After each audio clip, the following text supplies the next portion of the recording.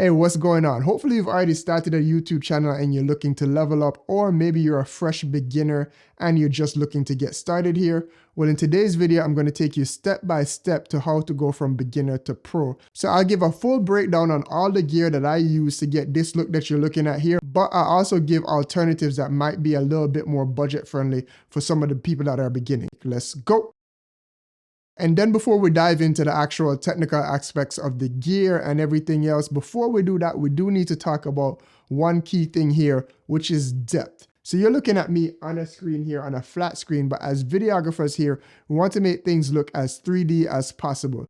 There's three main ways to do that in video. You either do that with lighting, which is contrast from light to dark. We also can do it in this Z axis here. So that's why you hear like stuff like depth of field. So if I could get the more space I have behind me and distance in front of me there, I'm creating depth in the image. And then the last thing here is color. You often hear people talking about using contrasting colors like orange and teal, which is why I have some of that in this frame here. All right, so let's break everything down there and let me show you step by step of how it is that I start setting things up here. The first thing we want to do is find our angle there. So I typically come in with the lens that I'm shooting with here. This is what this room looks like with nothing in it, no lights or whatever. If we understand depth like we're talking about before, we want to go ahead in a room like this. If we're going to give ourselves the most amount of space there, we want to shoot in a corner there. So in this particular room, I shoot in to this corner here, facing this shelf here, more on the shelf here in a little bit. So now that we have our angle, what I'm going to do here, I'm going to set up my angle here.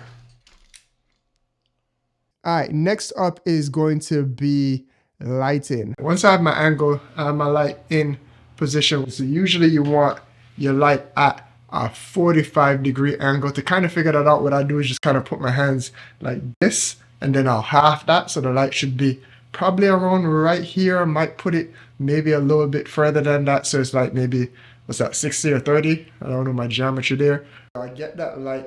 The closer you could get the light to you, the softer the light will be there. So what I'll do here is just stick it a little bit out of frame there. So I have that set up here, and then I have a big parabolic softback there, which is going to give me nice soft light. And then in my background, I have my Godox SL60W just giving me some room tone there. So if I actually turn that off there, you could see the room would be a bit darker there.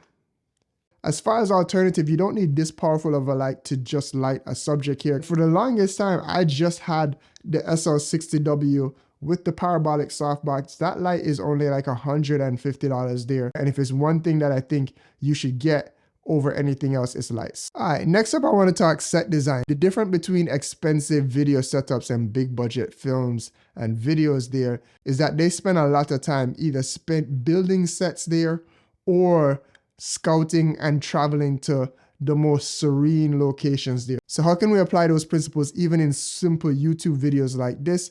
Well, these shelves here behind me serve a dual purpose. They're kind of functional here for storage, but when it is that I'm shooting these videos, I'll put things on it there like anything camera related. I have the gimbals, the lenses, and I also have whatever cameras it is that I'm not shooting with at the time there.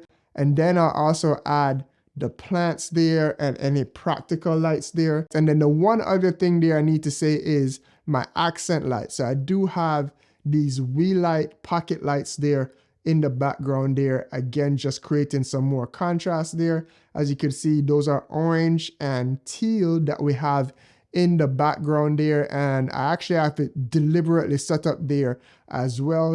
But because I have the practical light here and that is set to a warm hue of tungsten, I have the orange on the bottom, and then closer to my head here, I have the blue. So I have contrast in here, contrast in there, and contrast there with the accent lights. When it was that I was shooting just against the gray wall with nothing else there, to make the wall a little bit more visually interesting, I would put the orange and teal accent lights there onto the wall, and that alone would help me create a lot more depth there and a much more professional look here. The second most important thing overall for your video, aside from lighting, is going to be your audio. So for my audio setup, I have a long barrel shotgun mic here from Murphac which is just out of frame here. So then I have that going into a Focusrite audio interface there, which is plugged into the computer and then going into Apple Logic there. So that's my offboard audio there. You don't need to do something as crazy as that either. I just have this microphone on a cheap microphone stand that you could pick up for maybe $10 to $20 there.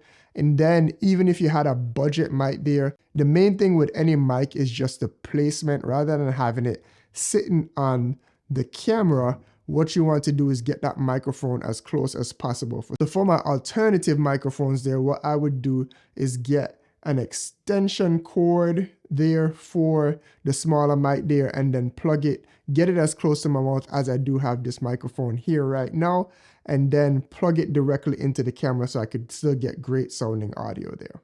All right, let's talk camera and settings. Now that we have everything set up here in the frame, I'm using the A7S III with the Sigma 24-70. This is one of my favorite lenses there. I also have a Tiffin black satin on there just to soften up the image there a little bit. And then camera settings, I'm shooting 24 frames per second there. That's my preferred frame rate there. But whatever you do there, just make sure that you set the correct shutter speed there. Your shutter speed should be double your frame rate or as close as possible to it. My aperture is set to 2.8 there to give me that depth in the background there. And then I am shooting on this camera in S-Log3 because it gives me that option, and I'm going to color grade it later. Or something like this there does have other picture profiles that may look good straight out of camera. And then another main setting that you want to check there, aside from your frame rate and your shutter speed there, I also like to make sure that I check my white balance there. I use a gray card in order to set it there, to set a custom white balance there, just to make sure that it is dialed in and I don't have to shift that when it is that I get into post.